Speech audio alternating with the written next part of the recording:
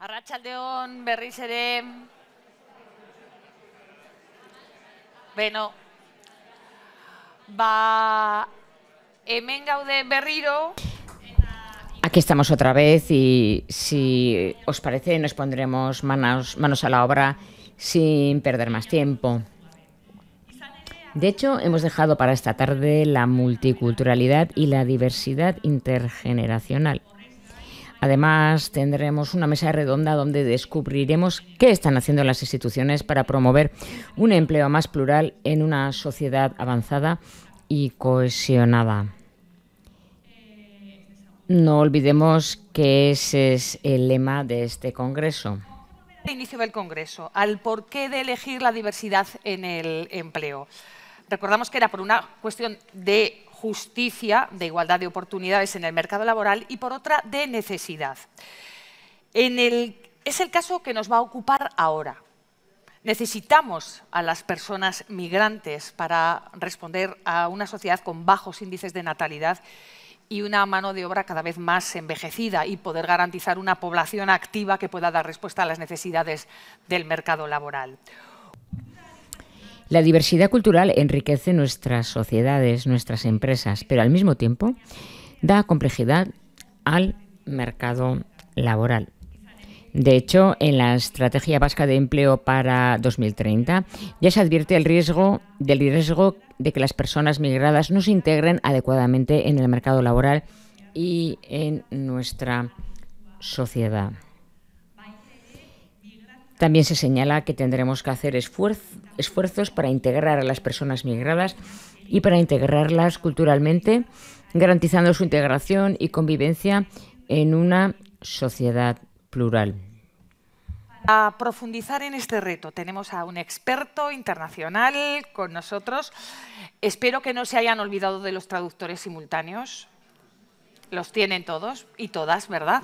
Porque Francesco Fasani también va a hacer su introducción en inglés. Habla castellano también, pero se va a sentir mucho más cómodo en inglés. Francesco Fasani es profesor titular de Economía en la Universidad Statale de Milán, Mercedes.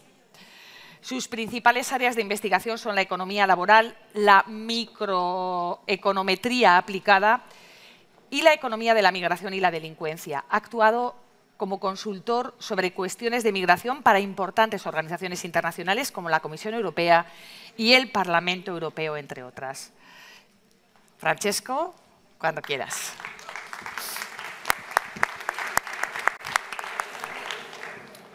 Vale, buenas tardes y bueno, tengo la tarea difícil de despertarlos todos después de la comida, después de estas copas de vino que he visto. Y bueno, primero voy a agradecer a todos, bueno, la organización por invitarme, es un placer, es un honor y es muy interesante para un académico salir de su mundo de teorías y de fábulas académicas y entrar en el mundo real y aprender. He aprendido mucho hoy, espero ahora os traigo por una media hora, menos que 20 minutos, entre mi mundo académico a ver si logro decir algo interesante para vosotros. Ok, that's all my Spanish. Y eso es todo lo que sé decir en castellano, así que voy a pasar al inglés. Quisiera hablar sobre los inmigrantes, sobre mi campo de experiencia en la integración en el mercado laboral y la charla está estructurada en 5 áreas. Y finalmente voy a plantear una pregunta: si es que necesitamos migrantes y si es que los necesitamos, ¿queremos integrarlos o no? Si es que queremos a los inmigrantes y los queremos integrar, entonces la pregunta que planteamos es cómo lograr la integración de los inmigrantes en nuestras sociedades. Y si tengo tiempo, terminaré con un ejemplo de política, finalmente, que tiene que ver con la integración de refugiados. En este campo he trabajado mucho. No estoy contestando el teléfono, sino poniendo un temporizador para mi charla. Los inmigrantes.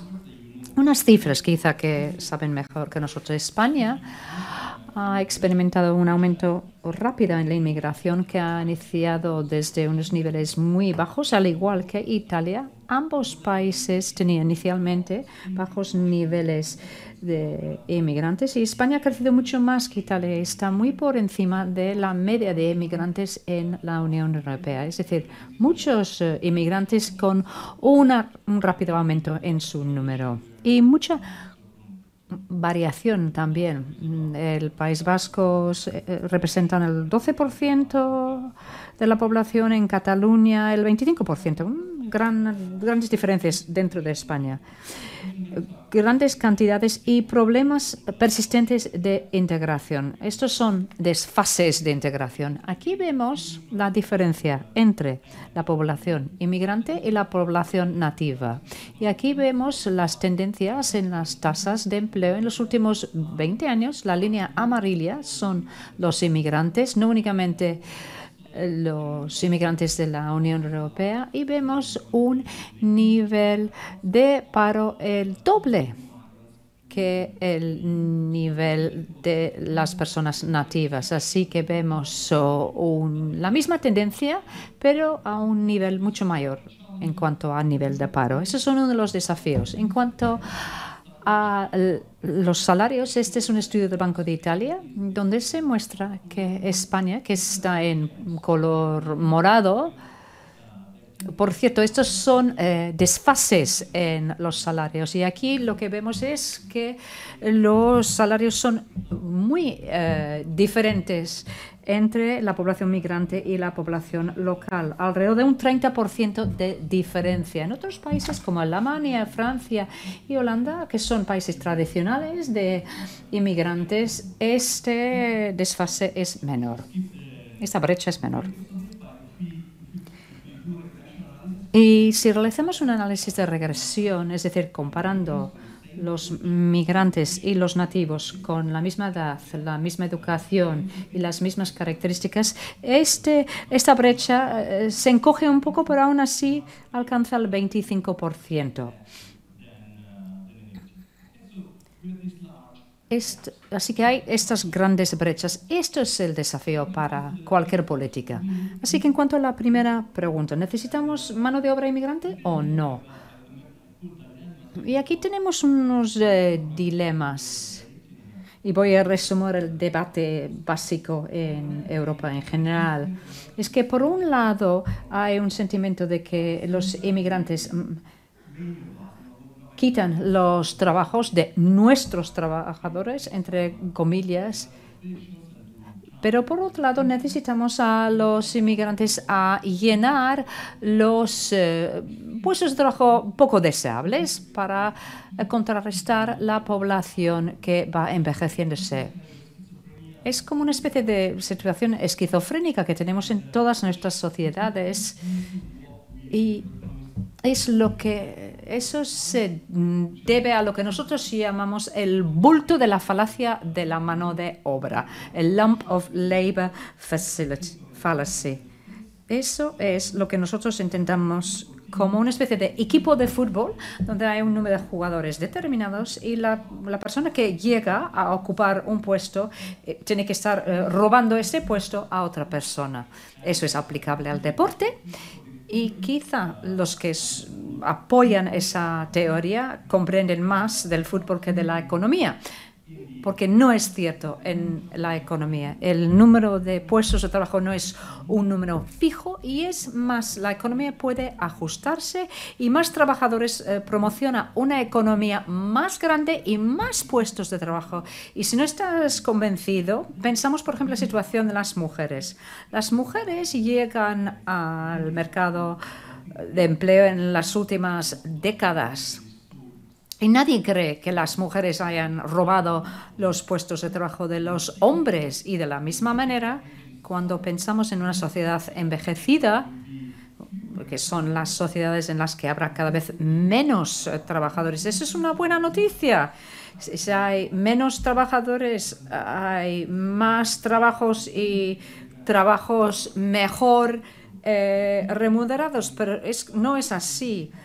Menos trabajadores quiere decir una economía que se encoge, menos trabajos y trabajos peores. Si entendemos cómo funciona la economía, cómo la economía responde ante la inmigración, es a través de un crecimiento y la creación de más puestos de trabajo. Así que deberíamos pensar, son los trabajadores que tienen las capacidades o los conocimientos parecidos a los migrantes que serán más afectados, pero no necesariamente es así. Ahora vemos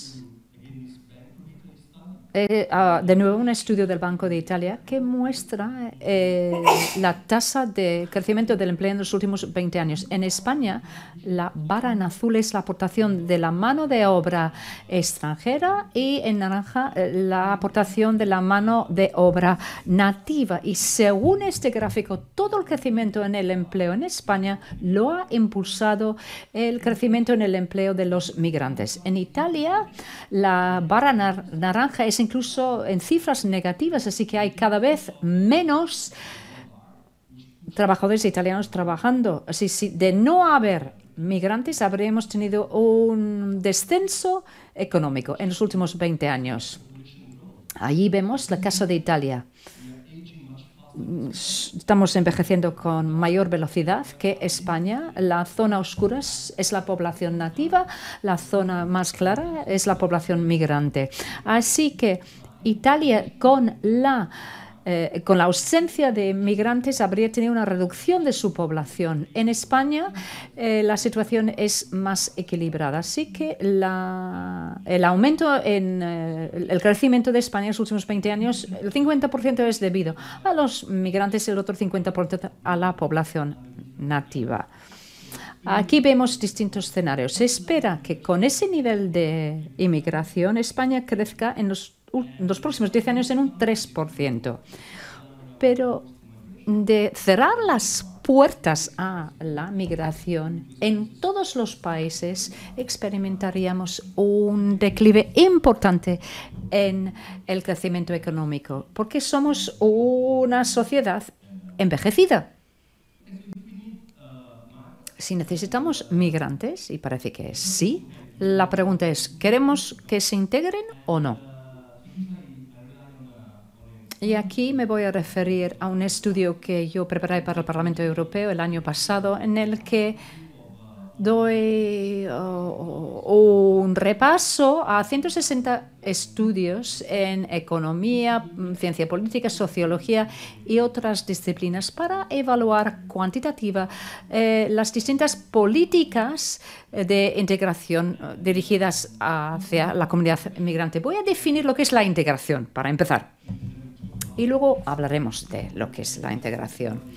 La definición es de la Organización Internacional de Migración y es un proceso de doble sentido de adaptación mutua entre migrantes y las sociedades anfitrionas. Y esto tiene que ver con la vida social, cultural y política de la comunidad receptora. Y un subconjunto de la integración es la integración en el mercado de trabajo. Y de ello es de lo que voy a hablar. La integración en el trabajo, la integración en el mercado de trabajo es que los migrantes utilizan sus capacidades y alcanzan su potencial económico para lograr un trabajo. Ese es el objetivo de la integración en el mercado de trabajo. Así que la integración económica es el resultado de un proceso que tiene 4 agentes. Por un lado, los inmigrantes, cuyas características afectan el alcance de su integración. Luego tenemos los empresarios, que es decir, la demanda para la mano de obra. Así que según el tipo de salario que ofrece, el tipo de condición laboral que ofrece, si tienen una actitud discriminatoria, todo eso afectará a la integración económica. Luego tenemos los ciudadanos de los países anfitriones que juegan varios papeles en este proceso. Son cotrabajadores, clientes y votantes. Y así que sus opciones, sus elecciones en estos campos de sus vidas afecta la integración económica. Y luego tenemos los gobiernos y las políticas que claramente establecen el marco para la interacción entre empresarios, migrantes y ciudadanos, que puede llevar a una mayor o una menor integración económica. Aquí tenemos una taxonomía que yo he publicado. No es del todo completa, pero atribuye y identifica las barreras a la integración. Como os he mostrado inicialmente, hay grandes brechas en salarios que persisten con el tiempo. Los migrantes llegan cada vez más a Europa, pero sus salarios permanecen bajos.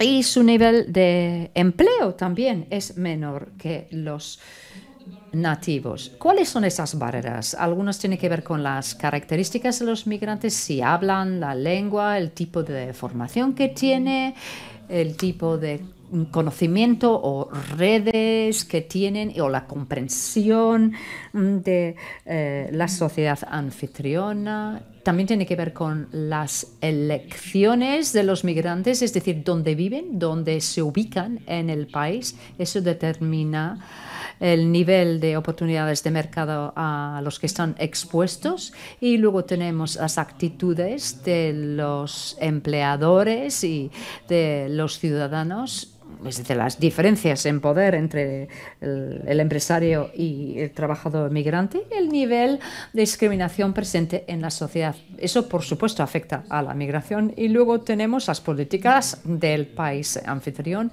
que regula, por ejemplo, el acceso al estado de bienestar de los migrantes. También regula una serie de otras cosas, como, por ejemplo, el estatus de residencia, la posibilidad de acceder a la ciudadanía. Todo eso afecta a este conjunto de migrantes que vienen aquí a buscar empleo. Cuando yo pienso en la integración de migrantes, es de la siguiente manera. Con los migrantes tienen como barreras naturales en el punto de partida, que son diferentes a la situación, por ejemplo, de las mujeres. Es decir, la brecha de género es diferente porque, por ejemplo, las mujeres hablan normalmente lo mismo idioma que los hombres. Pero en migrantes hay una serie de barreras naturales. Es decir, pueden ser migrantes que llegan a un país donde tienen un dominio limitado de la lengua o tienen una serie de cualificaciones que no encajan con las cualificaciones del país anfitrión. Lo que puede hacer la política en este caso es intentar ayudar a los inmigrantes a superar estas barreras, invirtiendo en clases de lengua, por ejemplo, y intentar erradicar el resto de las barreras y evitar crear nuevas barreras. De hecho, voy a daros unos ejemplos. No lo hacen siempre los gobiernos. A veces invierten muy poco e incluso a veces añaden barreras artificiales, además de las naturales, que retrasan la integración.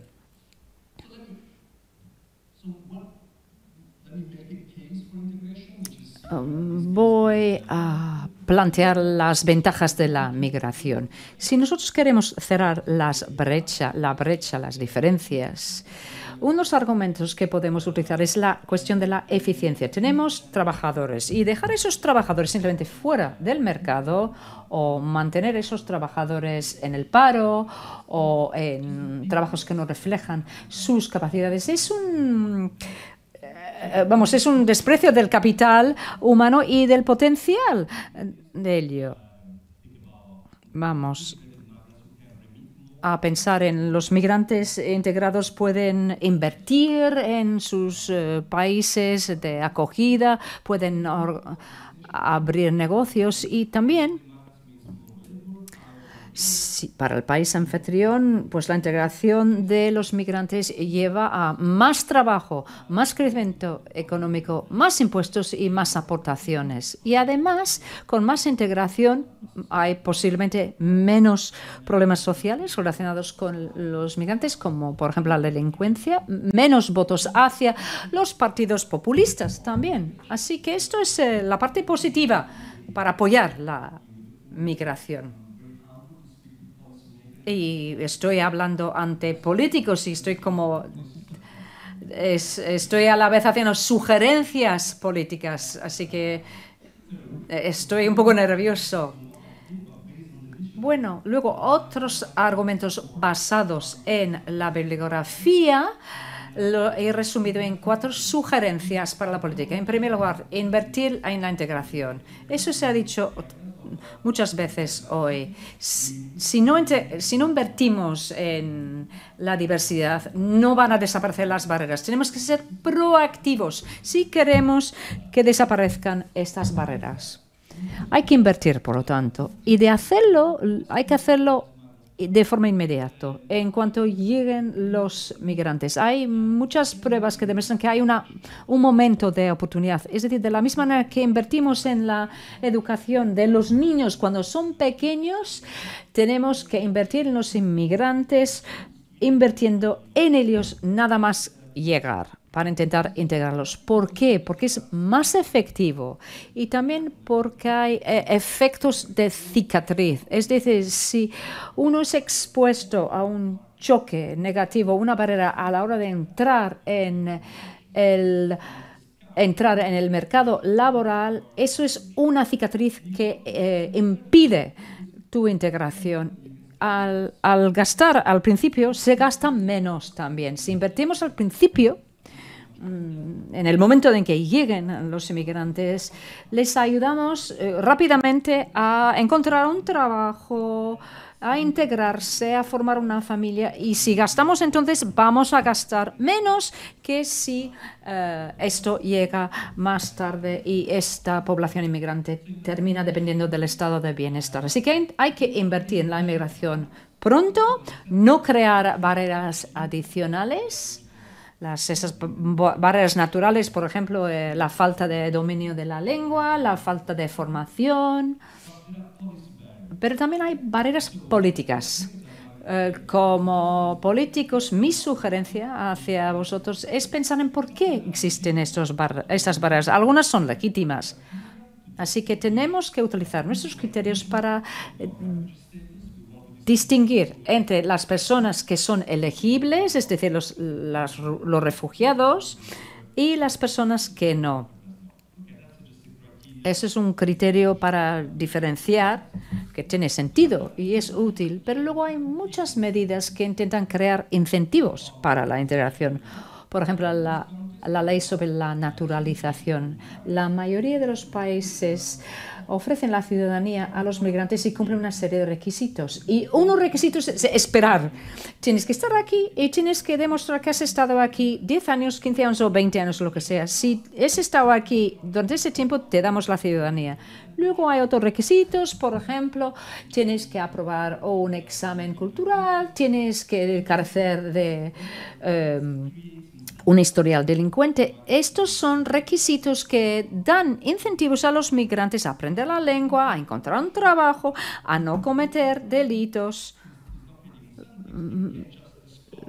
Pero el tiempo de espera, a diferencia de esas otras medidas, no crea incentivos, porque puedes aprender la lengua, encontrar trabajo, pero aún así tienes que esperar 10 años para lograr la ciudadanía. Y luego hay barreras que carecen de razón de existir. Son barreras burocráticas que permanecen, que se resisten a desaparecer. Por ejemplo, las barreras al reconocimiento de las cualificaciones extranjeras. Por ejemplo, mi grado no lo reconoció el gobierno español. Luego reconocieron, por ejemplo, mi doctorado. Son barreras que retrasan la integración y cuestan dinero. Reducir la incertidumbre es otro tema. Los migrantes afrontan mucha incertidumbre. Esto es malo para todos porque no sabes si quedar, aprender la lengua, encontrar un trabajo o espero a que se resuelve mi caso. Si se puede reducir la incertidumbre, cuanto mejor. Algo más sutil es no maltratar a los inmigrantes residentes para desanimar a los migrantes nuevos.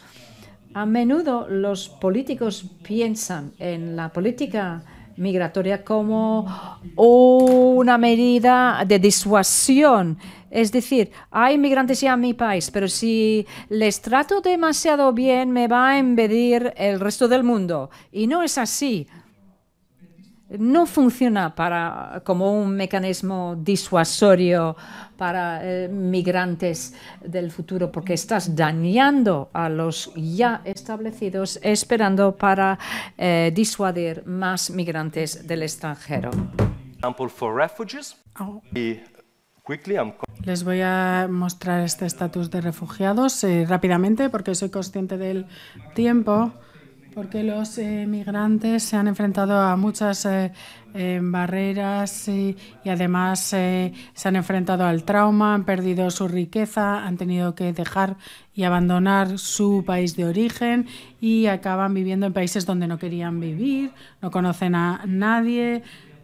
Así que hay muchas más barreras.